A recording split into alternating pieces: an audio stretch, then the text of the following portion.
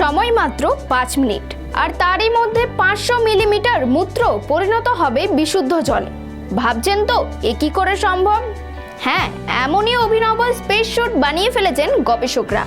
রইল গোটা তথ্য।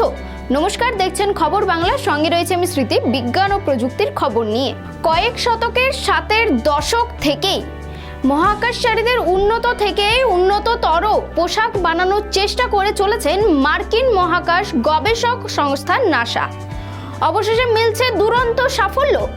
যদিও নভশ্চরদের এমন স্পেস স্যুট কার্যতই বৈপ্লবিক বলে মনে করছেন বিশেষজ্ঞরা। স্পেস ওয়াকারের সময় নভোচরেরা নিজেদের পোশাকের মধ্যেই মলমূত্র ত্যাগ করেন, কেননা তাদের পোশাকে থাকে বহুস্তরীয় অ্যাডাল্ট ডাইপার, যা তৈরি হয় অত্যাধিক শোষণ ক্ষমতাযুক্ত পলিমার দিয়ে।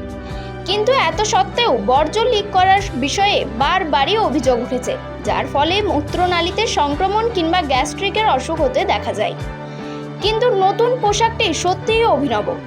আমেরিকার কর্নেল বিশ্ববিদ্যালয়ের গবেষকরা বানিয়েছেন নতুন ধরনের স্পেস স্যুট।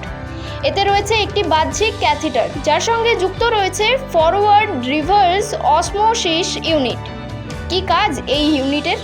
এর সাহায্যে মূত্র থেকে তৈরি হবে বিশুদ্ধ জল। ফ্রন্টিয়ার্স ইন স্পেস টেকনোলজি নামের এক জার্নালে প্রকাশিত হয়েছে এই সংক্রান্ত গবেষণাপত্র।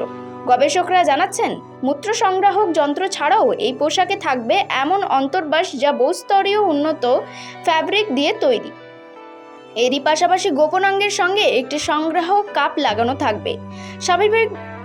স্বাভাবিকভাবেই নারী পুরুষ ভেদে তা আলাদা আলাদা ধরনের। আরও উন্নত প্রযুক্তিতে নির্মিত এই পোশাকে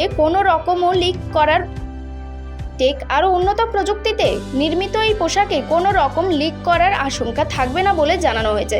2025 ও 2026 সালে চাঁদে ও মঙ্গলে অভিযান করতে চায় নাসা।